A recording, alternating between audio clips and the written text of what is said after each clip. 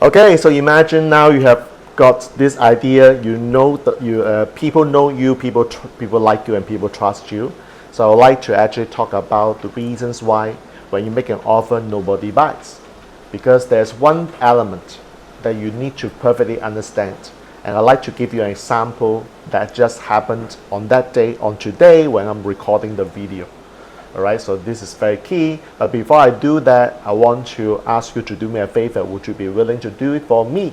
That is, if you haven't subscribed to my channel, I would like you to actually click the subscribe button, because that will help me to help these videos, my messages should be spread across to a wider reach of people. And of course, the bell is at the bottom as well. Hit the bell and get notified, so that you know as well as I do that, your message, you'll get a message when I upload another video. Alright, so thank you for that.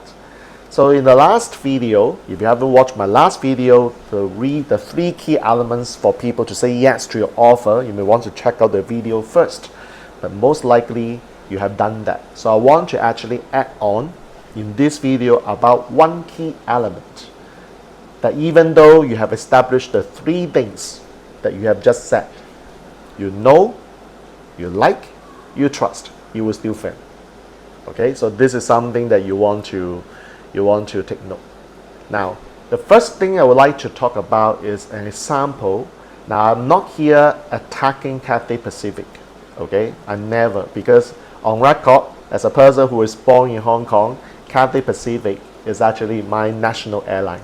If you have been following me, if you know who I am, if we are friends on somehow to a certain extent, you know that I don't fly Singapore Airlines that often, even though I live in Singapore, because Cathay is still my number 1.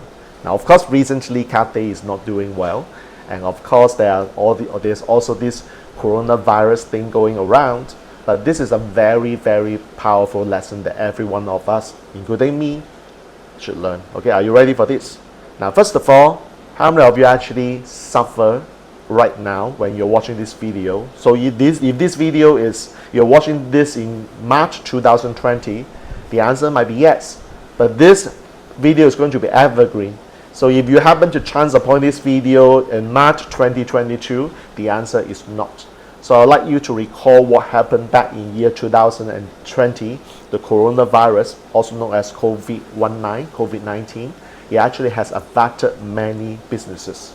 So Cathay Pacific suffered a lot, because what happened is that there are several major cities, essentially Cathay Pacific has stopped their services or reduced the numbers of flights each week. And I happened to receive an email from Cathay today, and today's date, 2nd of March 2020, that says that it's very, very good deal. Go to Japan major cities, Sapporo, Osaka, Tokyo for $499 economy class. And the offer is valid from today, 2nd of March to 15th of March. And you can fly, you can actually fly there up to including end of August 2020. 499 is actually, in Singapore dollars term, 499 is very affordable. Economy class. So think about it. Who would fly to Japan by taking economy class? That must be people who are going there not for business, but for holiday.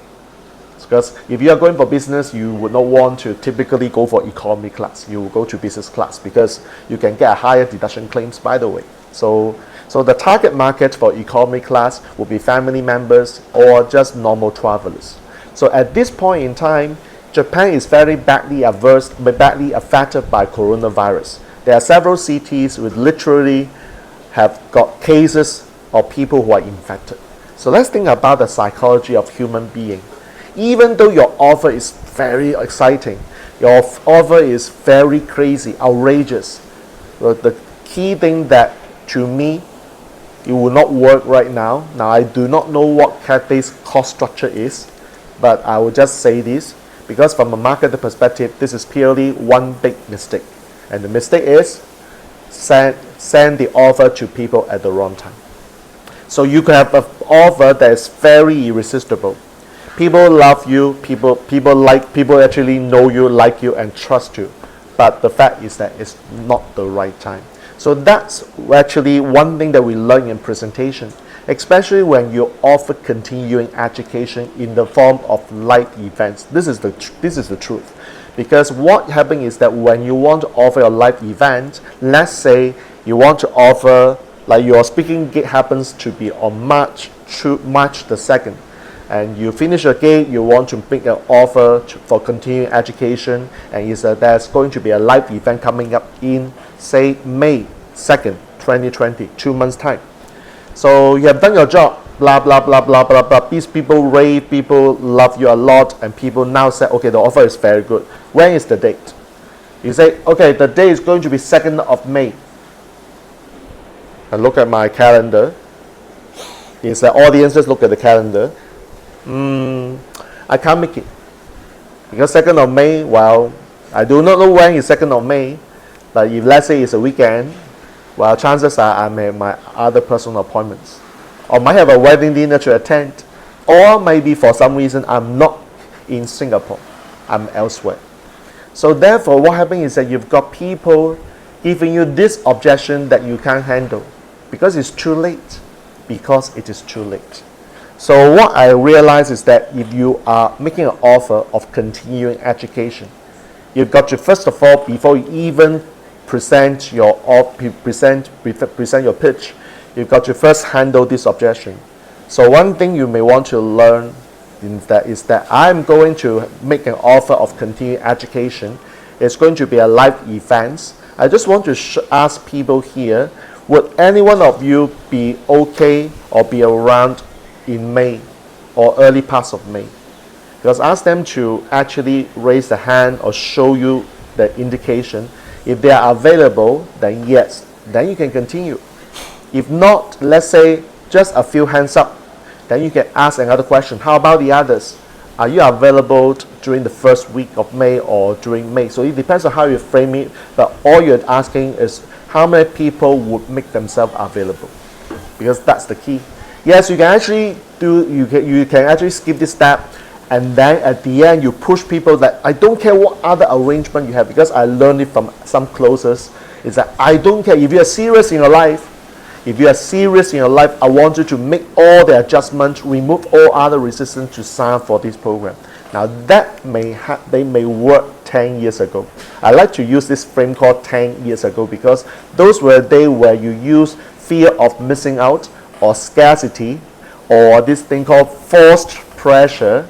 Some people may then back off and change the dates. But right now we are living in a world where people literally are busy, are very tight in the schedules. So I love the approach of pre-qualifying first. So let's say I've got only a few hands up during the first week of May, then I will say, okay, in my mind, when I make the offer, I know that I need to make adjustments. Or if I have the opportunity to produce my own event, we are not subject to another event producer, I may even make an alternative date available at the end. So again, this is something that I will go through my mind, depends on the arrangement, because there are a couple of alternatives that can happen. All I'm saying is that you must fix the day issue at the beginning. Otherwise, you can finish your presentation just because the day is not right. People say, I cannot make it. Then you're wasting your time, honestly. Right? I'm not a person who wants to waste the time. I want to be productive. I want to have a high conversion rate. But you know what? At the end, you can watch the video, the last video I talked about, they know you, they like you, they trust you, but if it's the right offer at the wrong time, that will kill the whole deal. So the deal breaker for continuing education in the form of live events is really that particular date, the timing. All right? How about this? What if it is an online offer? So the offer in the form of continuing education is an online event. So then the handling, in terms of handling the objection, you can say that, well, it depends on your program, because if this offer online, you can always say that, well, recording is available. So even though you miss the live class, the live online class, you can still have access to the recording for live. So that's a way to handle the objection. Because people might ask, okay, you offer me this program and I have to attend live classes online, but what if I missed it? Because this is a very common question. I handle literally all the online courses that I'm offering, in terms of those I promote for other people, this is always a question. Will I be able to access the recording? Because sometimes people want the recording, but question, do you think that they watch the recording? Some people will just want the recording, but they will never watch the recording. But if you do not address the objection about not having the recording, they may say, yeah, although I'm not going to watch live, I'm busy man, since that you are not giving me the free recording, sorry, I'm not going to buy. Again, this is a very subtle psychology that you may see from your participants. So participants can raise this objection, and how do you handle or obliterate the objection? That's why I love to actually handle this at the beginning of the event. And at the end of the day, the question is always like, what is the best way to close? You'll find that the best way to close is to explore different ways. So the 3 reasons why people buy is they know you, they like you, they trust you. So which means on the opposite side, if people don't like you, if people do not know you, which cannot be because you are in the room already. They don't like you, which means that you didn't do your job, and they don't trust you, that means that you didn't do your job. Even though you have these factors taken care of, the last thing, actually is the first thing that you need to know, is that your offer in the form of live events, the day must be accepted by the participants in the first place, or else it's a waste of time. Alright, so I hope that in this video you understand that even though you have established the know, the like, the trust, timing can kill your whole irresistible offer, and you want to fix that first. Alright, so there's some tip that may help you. Some of you may find this very useful. If you do, just take this and use that in your next preview or presentation and see whether it works. Remember, all I'm sharing with you will only work when you work it, because this is just my experience that works for me. But if you do not apply, nothing is going to be proven. Alright, so thank you for watching this particular video. Now that you know the secret of making an irresistible offer, requires you to know whether the date is an objection. If that is an objection, you've got to do whatever it takes to obliterate this objection at the beginning of your presentation or preview. Cool? Okay, so if you have any other questions, comments on training, speaking, and facilitation, comment below. I will look forward to seeing your questions and may consider answering some of these in the form of future videos. Cool? Alright, so Wong here, sign off. All good wishes.